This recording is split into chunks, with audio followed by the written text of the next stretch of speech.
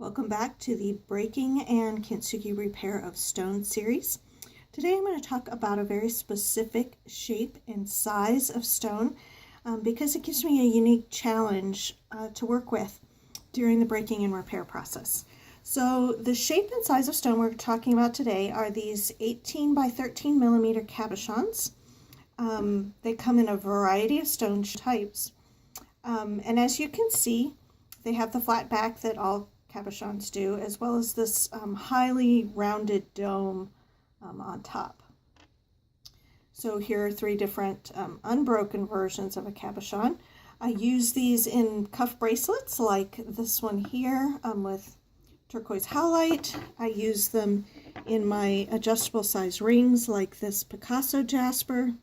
And I also use them in this particular style of earrings with tiger eye.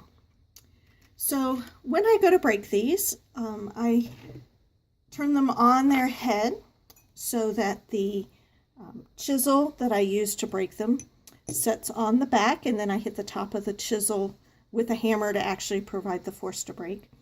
But since the rounded side is down, this is like I talked about in the last episode, where I have to carefully find the right place to put the chisel, otherwise these just kind of shoot off as I put any weight on it, and particularly when I hit it with the hammer. Now, once I do find the good place and hit them, they do break fairly readily, but the unusual thing about the way they break, and I have three different examples here, is that they tend to have these places along the edge away from the other cracks in the stone. You can see this one's in three pieces. But over here where there's a piece that just shoots off and leaves a chip along the edge. This is very, very common. You can see it in all three of those. That one's a lapis howlite. This one's amazonite. And again, you can see there on that edge there's a chip, and there's a chip on this side. These are all small enough that I was not able to recover or really handle the pieces that come off because they are very, very tiny. In this case, this one is just right here, and it's very shallow, but it's still a chip off the edge. And like I said, I don't get this in other stone types. Even my larger cabochon, the 25 by 18 millimeter, I seldom to never see it in this size. And in this size, in the smaller size, I see them probably at least half the time, if not more often. And I think it has something to do simply with the stress of the shape. So even though this one is similar, with the flat back and the domed top, because the overall size of the cabochon is larger, it's not as an extreme curvature here on the edge in both directions. Whereas this one, and these are both amazonite, you can see it's a really tight curvature there to get it around that size, and then the dome on top of it. So I think it's simply that stress that causes it to break that way.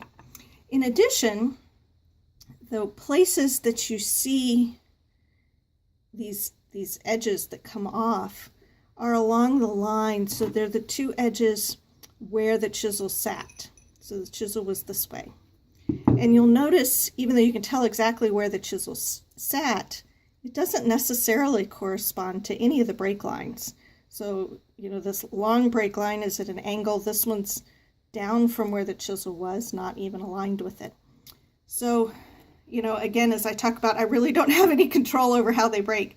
This is an example of it. None of these places, again, this one you can see here's where the chisel line would have been, but the break lines are totally different. And same with this one. So the challenge in putting them back together is dealing with that chipped edge. Otherwise it's not too bad. There is the flat side, so I'm able to reassemble them and I have a place flat to set them.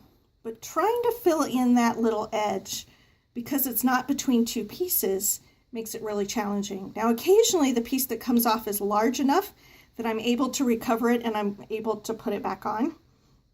But even there, it doesn't always sit very nicely, simply because by the time you add the thickness of the repair compound, it tends to push that little chip out a bit. But most of the time they're too small. I can't even recover them to put them back in. So to show you some examples of finished pieces where that is the case, here is again a turquoise halite. This one's in a ring. And you can see here on the side, there was a chip that came out and it was large enough that I was able to recover it and put it back on. So it is back on there, and you can see at this angle that there is the slight distortion from the thickness of the fill compound filling in there, but this is what it looks like. Here is a second example where there's a chip right here, and that's where the edge of the chisel was. But in this case, it was so shallow that I wasn't able to get it to nicely fill back out as much as I wanted it to, simply because there wasn't enough space for the repair compound to really stay stuck when I would try to carve it down to the shape of the rest of the stone. So I was only able to put basically a thin layer of repair compound, but you can still see a slight bit of dent from where that chip came out. And here is a third example, these sodalite earrings. You can see on this one there was a chip that came out, and in this case it was just large enough I was able to fill it in and to carve the repair material down to shape it to match the size of the stone.